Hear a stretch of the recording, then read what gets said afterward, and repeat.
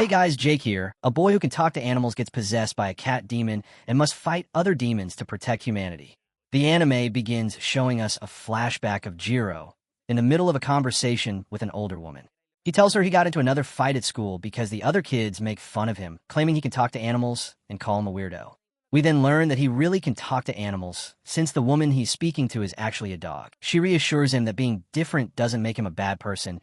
It means there are things only he can do, and that's something wonderful. Years pass, and we now find Jiro surrounded by a group of thugs who tell him he's standing on their turf.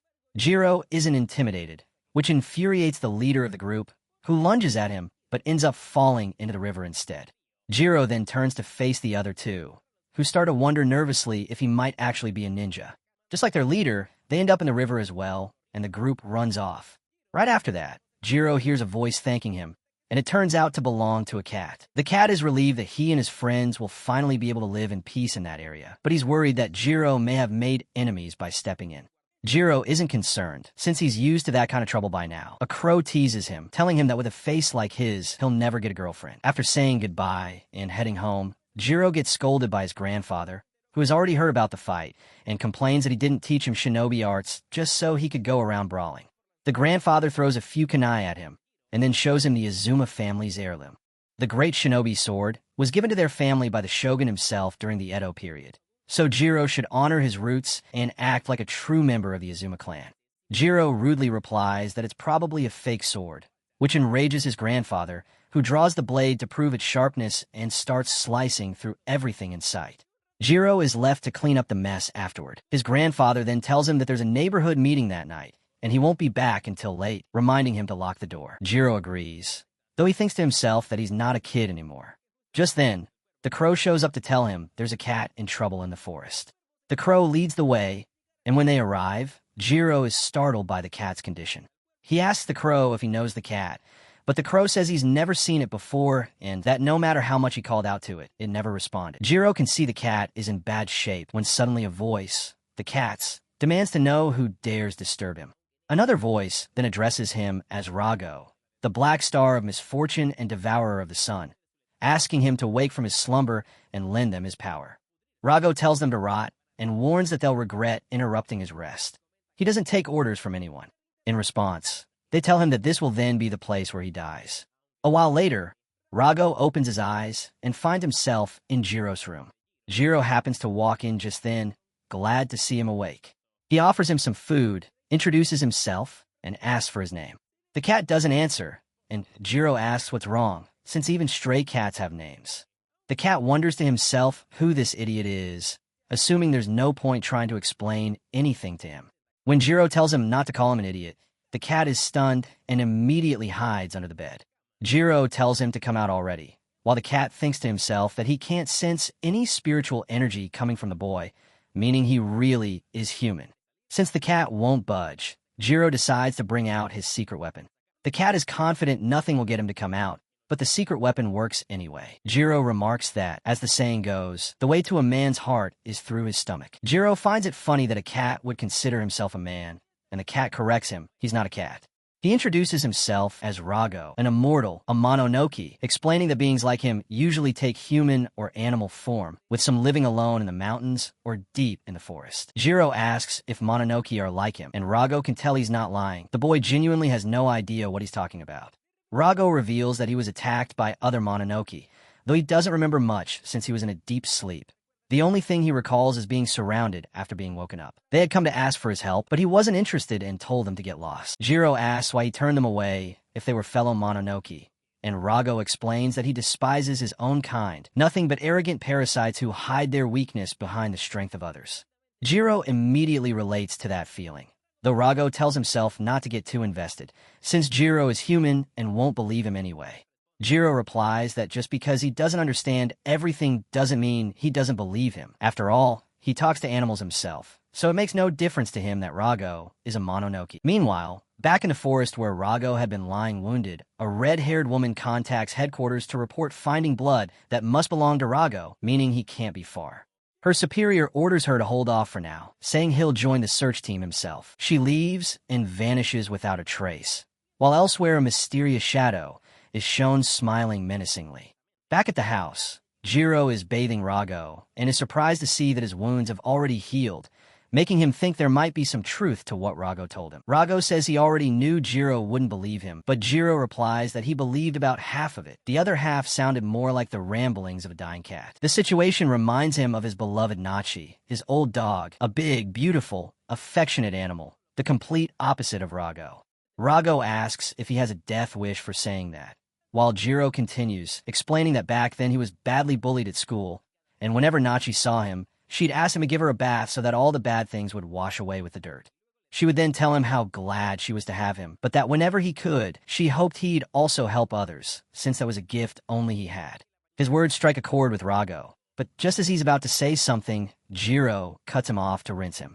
A little later, Jiro is fast asleep, while Rago quietly apologizes, knowing he owes him one, but explains that he has to leave. Even though his wounds have healed, he still lacks strength, so he needs to go soon. Just then, Jiro appears and points out that he's still limping. Rago panics and asks what exactly Jiro did and how he got there so fast when he had been sound asleep moments earlier. Jiro explains that it was his Kawarimi technique, adding that he has no intention of letting Rago leave in that condition.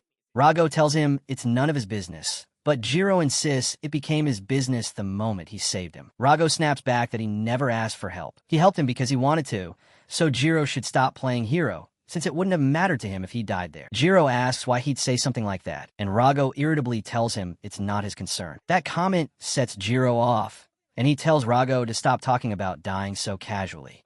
In response, Rago flexes his power and warns him to shut up, reminding him that he hasn't forgotten what Rago is, a Mononoke, a spirit that devours humans. The two of them come from completely different worlds, so it would be best for Jiro to just leave him alone. Just then, a mysterious figure joins the confrontation, and Rago's expression drops. He knows they've come for him.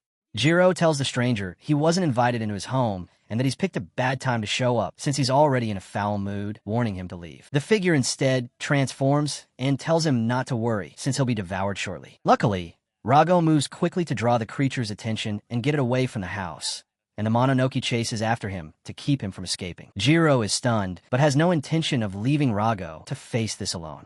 Rago tries to create distance so he can strike, but the enemy doesn't allow it and slams him into the ground, remarking that he knew Rago was in bad shape, but not this bad. It's pathetic that the legendary Mononoke Rago, the Black Star of Misfortune, has fallen this far.